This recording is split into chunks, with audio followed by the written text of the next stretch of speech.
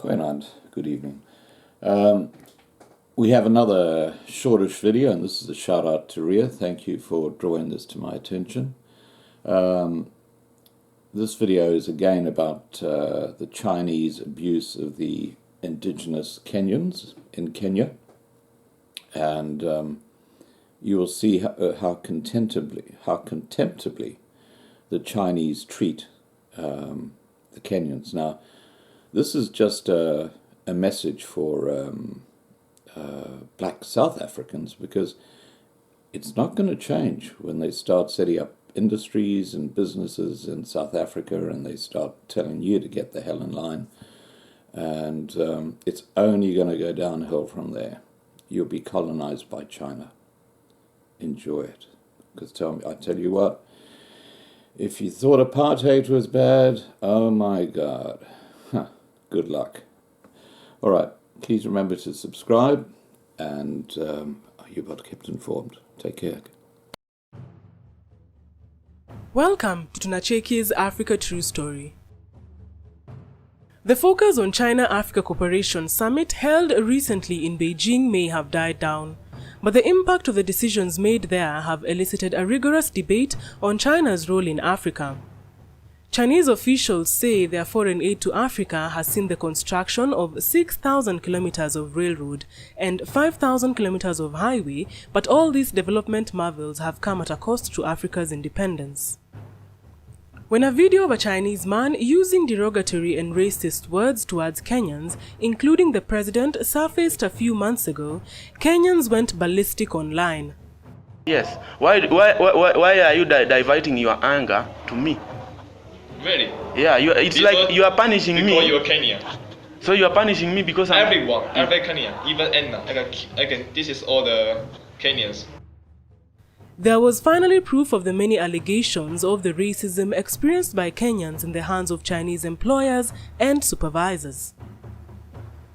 Countless Kenyans came forward with their stories and experiences of disgusting racist treatments, especially at their workplaces. The Chinese investors that the government let into the country in a bid to create jobs and opportunities for the many unemployed citizens came with a lot more than just jobs. Workers in Nairobi swap stories of racism and discrimination they have witnessed. One described watching a Chinese manager slap her Kenyan colleague, who was also a woman, for a minor mistake. Other Kenyan workers explained how their office bathrooms were separated by race. One for Chinese employees, the other for Kenyans. Yet another Kenyan worker described how a Chinese manager directed his Kenyan employees to unclog a urinal of cigarette butts, even though only Chinese employees dared to smoke inside. What stood out the most were stories of Kenyan employees at the Chinese-built Standard Gauge Railway, a project that promised countless job opportunities as well as learning experiences to many. At the inauguration of the project, 2 Kenyan women operated the train as the cameras clicked away and everyone clapped in jubilation. The celebration was not to be long-lived. Several things came to light a bit later. Kenyan engineers have been prevented from driving the trains except in front of cameras. In interviews with the New York Times, several current and former locomotive drivers agreed that only Chinese drivers got to operate the train, describing a range of racist behavior. With uniforms on, you won't look like monkeys anymore, Fred Ndubi, 24, recalled his Chinese supervisors saying. 2 other workers with him offered the same account. Richard Ochieng, the Kenyan man who recorded the viral racist video of the Chinese man in an interview with the New York Times, brought to light more issues. The realities of his salesman job did not even slightly match the expectations. The pay was a fraction of what was initially offered and subject to deduction for a long list of infractions. No laughing was one of the injunctions printed in the company's rules. The cases that have come to light recently are just growing branches of a tree long grown. Sometime in 2015, a Chinese restaurant with a controversial policy of barring black Kenyans after 5 p.m. was shut down by Nairobi City Council.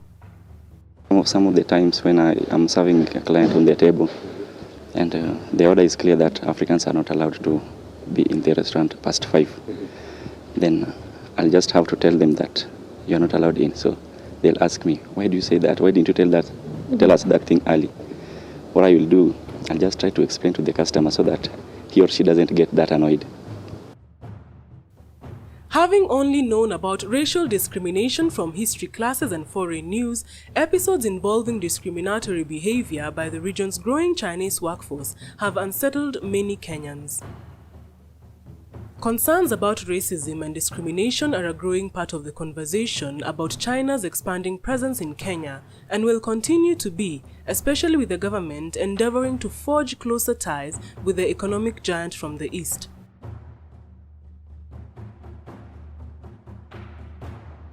Do you know an African story that needs to be heard? Let us know in the comments below. Thank you for watching, and make sure to subscribe to get the latest African lists, entertainment, pop culture, and news.